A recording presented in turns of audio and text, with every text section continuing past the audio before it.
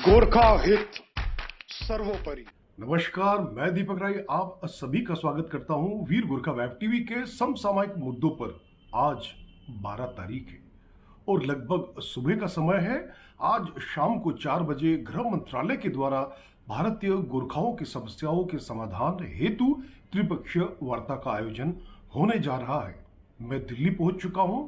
लगातार आपसे वादा किया था कि दिल्ली पहुंचकर गोरखाओं के सबसे बड़े जो घटनाक्रम है दिल्ली में जो त्रिपक्षीय वार्ता उसको कवरेज करूंगा। लगातार आज की सरगर्मियों के बीच सुबह सुबह जो कल देर रात को खबर आई थी उससे हम शुरू करते हैं।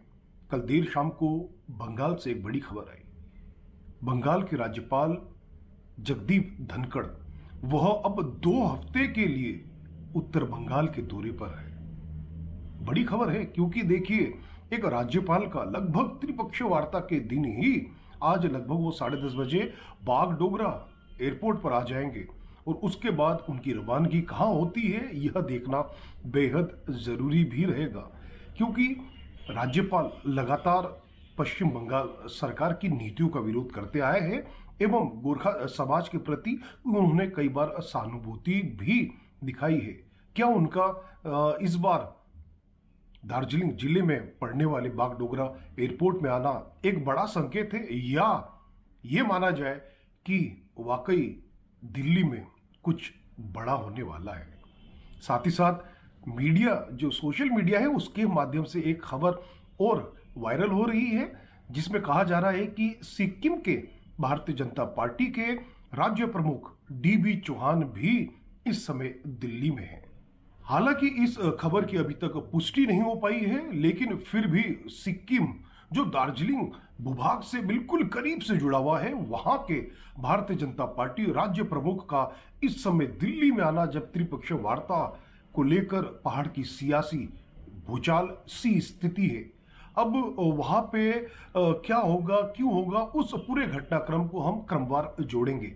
कल से अगर हम बात करें, कल दोपहर के आसपास राजू बिष्ट ने गोरखा समाज के 3 प्रबुद्ध व्यक्ति, डिफेंस से जुड़े हुए व्यक्ति जो इकोनॉमिक सोशल रिफॉर्म्स को समझते हैं और जो समाज को समझते हैं, लेफ्टिनेंट जनरल शक्ति गुरुंग, प्रोफेसर महेंद्र पी लामा और डॉक्टर मुनीष ताबंग जो समाज के एक प्रबुद्ध व्यक्तित्व है, उनको बुलाकर इस वार्ता में जाने से पहले उनके मन में क्या स्थिति है उनको साझा किया एवं उनसे आइडियाज वगैरह लिए गए ताकि यह वार्ता वाकई समुचित गोरखा समाज को न्याय दिलाने वाला हो और उनकी समस्याओं का समाधान करने वाला हो। एक बड़ी घटना थी कल दोपहर में उनका मिलना। किसी को भी कानो कान खबर नहीं हुई कि यह 3 दिग्गज वार्ता से एक दिन पहले राजू बिष्ट के साथ मिलेंगे एवं मीडिया में इस तरह की खबरें भी आएंगी। अब हम बात करते हैं कि राज्यपाल जिस तरह से आपने देखा होगा कि पूरी तरह कोशिश कर रहे हैं कि पश्चिम बंगाल की दीदी जो मुख्यमंत्री है उनको किस तरह से एक तरह से गोरखाओं के साथ जो उनका टकराव है उसको यहाँ कहीं ना कहीं गोरखा समाज के पक्ष में खड़े रहने या खड़े दिखने की कोशिश में भी राज्यपाल जगदीप धनखड़ इस मौके को देख रहे हैं। संभवतः इसीलिए वह उत्तर बंगाल के इस दौरे पर है। साथ ही साथ आपको यह भी बता दें कि न केवल राज्यपाल, न केवल सिक्किम के भाजपा प्रमुख DB चौहान, बल्कि जो दार्जिलिंग पहाड़ और डुआर से जो जनप्रतिनिधि भारतीय जनता पार्टी एवं उनके गठबंधन के सहयोगी दलों के लोग आए हैं, वह भी एक तरह से कहीं ना कहीं मीडिया की रेंज से दूर हो चुके हैं। जी हाँ, वह कहीं ना कहीं पार्टी की एक हो सकता है कि कोई अनडिक्लेयर्ड या कोई इस तरह की बातें आई हो कि उनसे मीडिया न मिले, क्योंकि वार्ता के बाद जितना मीडिया से बात करना चाहे बात कर सकते हैं, लेकिन उससे पहले अगर वह देख रहे हैं कि मीडिया से बात करें तो कहीं यह वार्ता के जो मेन फोकस है वह कहीं बदल ना जाए। भारतीय जनता पार्टी बहुत अलग तरह से काम करती है, इसको समझना होगा। भारतीय जनता पार्टी जिस तरह से काम कर रही है उसकी शैली को देखकर यह कहना असंभव नहीं है कि दिल्ली में कुछ बड़ा होने वाला है। अब बड़ा कितना बड़ा होगा यह तो आने वाला वक्त बताएगा। और साथ ही साथ जो गोरखा समाज भारत भर में रहते हैं उनके अलग अलग रेस्पॉन्स भी बीते दिनों को देखने को मिला। खासतौर से दार्जिलिंग पहाड़ में अगर इस त्रिपक्षीय वार्ता को लेकर राजनीति हो रही है, वही पहाड़ से दूर जितने भी राज्य हैं जहां पे गोरखा समाज बहुत बड़ी संख्या में, करोड़ों की संख्या में, अगर हम कहें 1 करोड़ से ऊपर की संख्या को बहुवचन में करोड़ों बोलना चाहिए, उस बड़ी आबादी का लगभग त्रिपक्षीय वार्ता को समर्थन देना कहीं ना कहीं दार्जिलिंग की एक सियासी चालबाजियों को भी प्रदर्शित कर देता है।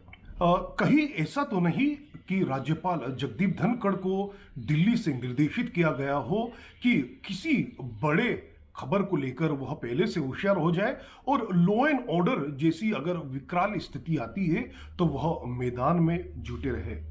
देखिए, बहुत आसान होता है कि राज्यपाल आ रहे उसकी खबर दे देना, चला देना, लेकिन राज्यपाल क्यों आ रहे हैं इसके संदर्भ को देखना समझना बहुत जरूरी है। क्योंकि देखिए, राजनीति में टाइमिंग का बहुत बड़ा खेल है। जहां पे आप टाइमिंग को समझ गए तो राजनीति की चालें बिसाते भी समझने लगते हो। वही अब हम बात करेंगे राजू बिष्ट। राजू बिष्ट लगभग कई समय से इस वार्ता की तैयारियों में जुटे हुए हैं। जैसे कि आपको हमने बताया, वह 3 गोरखा समाज के दिग्गजों से मिल चुके हैं। साथ ही साथ आज से लेकर शाम तक जितने भी गठबंधन दल के सहयोगी लोग हैं लगातार बैठकों के दौर, आपसी मंथन में जुटे रहेंगे। साथ ही साथ आपको यह भी बता दें कि आज यह देखना बेहद जरूरी होगा कि इस वार्ता के अध्यक्ष गृह मंत्री स्वयं रहे। अगर गृह मंत्री इस वार्ता में रहते हैं तो निश्चित रूप से भारतीय जनता पार्टी और जिस तरह से गृह मंत्री अमित शाह ने अपनी छवि बनाई है, बहुत पुराने पेंडिंग काम को लगातार करते रहना, उसका समाधान करना, तो कहीं ना कहीं गोरखा समाज का भी एक मन बना है कि अगर इसकी अध्यक्षता गृह मंत्री करते हैं तो कुछ ना कुछ इससे निकल सकता है। अब साथ ही साथ कुछ इसकी नकारात्मक बातों पर भी चर्चा करें। अब देखिए, इस पूरे वार्ता में अगर नकारात्मकता अगर मैं देखता हूं तो वह यह है कि पहले भी भाजपा के कुछ कतिपय नेता नॉर्थ बंगाल को पीपीएस बता चुके हैं। अगर इस वार्ता में भी वही मुद्दा किसी ने भी अगर उठाने की कोशिश की तो यकीन मानिए इस वार्ता में अड़चने हो सकती है। लेकिन पूरे भारतीय गोरखा समाज को राजू बिष्ट के ऊपर आस्था, विश्वास रखना होगा कि इस तरह के हालात नहीं आने देंगे। देखिए, राजू बिष्ट को वार्ता में जाने से पहले अपने सभी विधायकों को, अपने सभी गठबंधन के दलों के नेताओं को एक सुर में बांधना जरूरी है। देखिए, सब लोग एक सुर में एक चीज की वकालत करेंगे तो निश्चित रूप से कहीं ना कहीं उसका एक वजन होगा और उसकी कहीं ना कहीं एक बड़ी जिम्मेदारी के तौर पे भी गृह मंत्री उसको लेंगे। क्योंकि इतने सारे लोग अगर एक ही बिंदु पर चर्चा करते हैं तो निश्चित रूप से वह कुछ ना कुछ बड़ा मायना रखता है। साथ ही साथ हम आपको यह भी बताएंगे कि जिस तरह से बीते दिनों आपने देखा कि गोरखा समाज की लगातार बहुत लंबे समय से मांग थी वार्ता के लिए बुलाया जाए। अब वार्ता की तारीख आ चुकी है और वार्ता जब से इसकी पत्र की घोषणा एक तरह से सोशल संजाल के माध्यम से हुई है, तब से गोरखाली समाज बहुत ज्यादा उम्मीदें लगाए है। देखिए, साथ ही साथ मैं यहाँ पे कुछ बिंदुओं पर भी बात करना चाहूंगा। राजू बिष्ट ने अपनी तरफ से काम कर दिया है। भारतीय जनता पार्टी ने भी कुछ न कुछ अपना पत्र भेजकर दिखाया है गोरखाओं को कि वह कटिबद्ध है।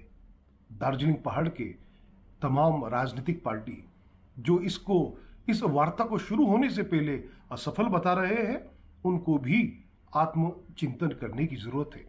उनकी पार्टियों में लोग आ रहे हैं, पुराने लोग जा रहे हैं। आखिर ऐसी वजह क्या है? आखिर कारण क्या है? इस चीजों में आत्मचिंतन अगर वह करेंगे तो मुझे लगता है भविष्य की राजनीति उनकी भी बेहतर होगी, अच्छी होगी। साथ ही साथ अगर हम पूरे मुद्दे को देखें तो आज जो राष्ट्रीय पटल में इतनी बड़ी खबर अगर गोरखाओं के समाज के समस्याओं को निदान करने के हेतु किया जा रहा है तो इसमें एक चीज को जोड़ना बेहद आवश्यक होगा कि सिक्किम दार्जिलिंग मर्जर मुद्दा, यह भी कहीं ना कहीं छुपा हुआ सा है मुद्दा। क्योंकि देखिए जिस तरह से सोशल मीडिया पे हमने देखा कि डीबी चौहान अब आ रहे हैं या आ चुके हैं दिल्ली। देखिए इसकी पुष्टि नहीं, लेकिन जो खबरें हैं उसकी अगर हम मान के चले तो सिक्किम से त्रिपक्षीय वार्ता से इन वक्त पहले किसी एक बड़े व्यक्ति का आना अगर आ रहा है तो जाहिर सी बात है कुछ लोगों से वह मिलेंगे भी, कुछ ना कुछ बड़ा होने तो जरूर जा रहा है। लेकिन कितना बड़ा और क्या है इसके बारे में तो आपको प्रतीक्षा करनी पड़ेगी। लगातार इसी तरह की ताजा खबरों के साथ और आज दिन भर की लगातार अपडेट दार्जिलिंग से लेके दिल्ली से लेके अखिल भारतीय जो गोरखा समाज है उनकी हम इनपुट्स आप तक लगातार पहुंचाते रहेंगे। मेरी इस खबर को देखने के लिए आप इसको लाइक करें, शेयर करें। आपकी खबर आपकी आवाज है। साथ ही साथ जो पहली बार आ रहे हैं वो कृपया इसको सब्सक्राइब भी करें।